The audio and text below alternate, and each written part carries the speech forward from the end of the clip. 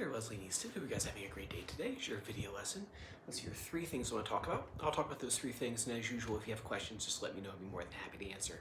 Just get to it. So first thing is, thanks for sending the videos over. It was very helpful for me to get eyes on what you guys have been practicing on. And it looks like that seat and the footstool were worked okay for what we were doing today. So no worries on that. It happens sometimes. So the first thing we'll talk about is Allegro. Great job on the A section. The spot. Now that I think about it, so we have that. Let me look at that real quick because I was not going to talk about that, but then I was thinking I should. Let's see here, book 2. You get to watch me look this up. Book 2 teacher. There it is. Come on. There it goes. All right. So for the Allegretto. Yeah, so for that part right there,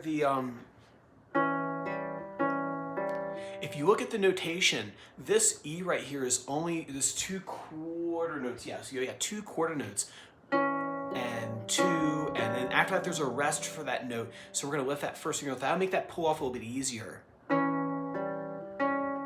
You lift. And that's definitely a challenge part for this song. So you actually want to practice going lift, pull off, chord, lift the first finger, and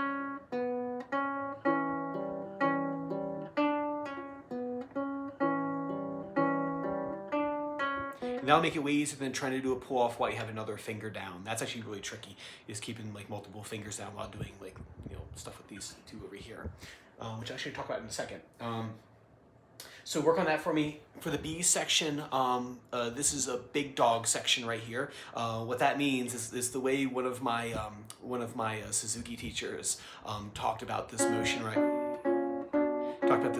here. And really, this is one of the big teaching points of book 3 is this left hand geometry of having the first and third finger down, and then 3 and 4 go down. I would say then 2 and 4 go down. So really, this is if you can get this down, this is going to open up a lot of doors for us. This is actually we've been building towards this for a very long time. We started by doing one of the big teaching points in book 2 was the 3/4 split, right? And then the next big left hand jump is going to be this big dog right here. What's going to happen with this particular thing is we're going to use this for a ton of stuff moving forward. It's how we're going to play Bach on the guitar, getting this kind of finger independence working. So first thing with this is you put your first and your third finger down, and then what you're going to do, you're going to get your second and your fourth finger, and they're going to come out and grab the B and the D note, back and forth. You're going to practice that a lot. That's going to be extremely useful for the future and moving forward, because it's really hard to play Baroque counterpoint when your fingers don't want to obey you. So this is an excellent exercise to work on.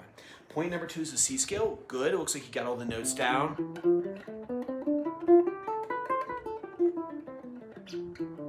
Right, we got that right there. And what you're gonna want to do though, this should be free stroke. In the video I saw him doing rest strokes like this right here. What you want to do is you want to do that free stroke. And what I would do is actually maybe, if this is tricky for you, just double up the notes. Oops.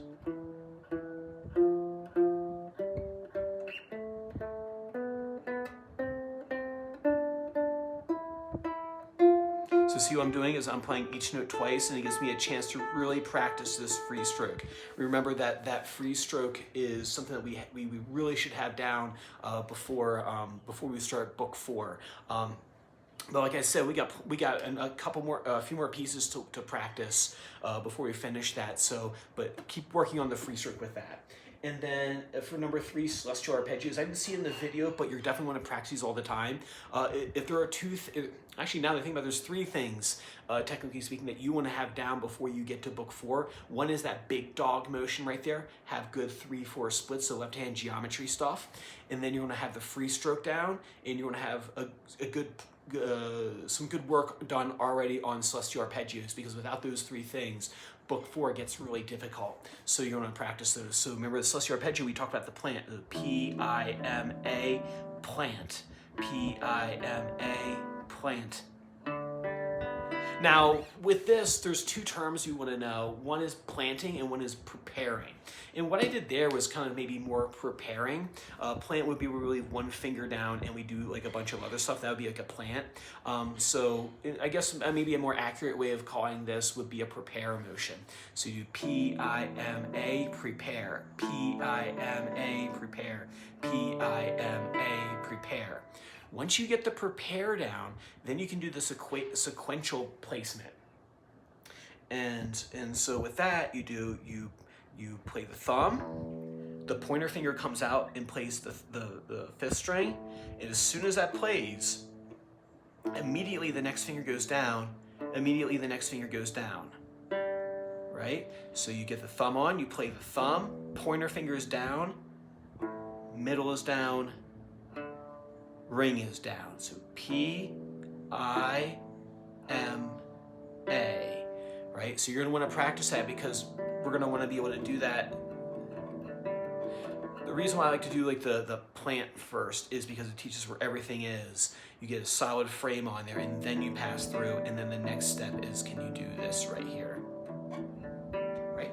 So work on those three things for me. Like I said, if you have questions, let me know. If not, I will see you in person next week.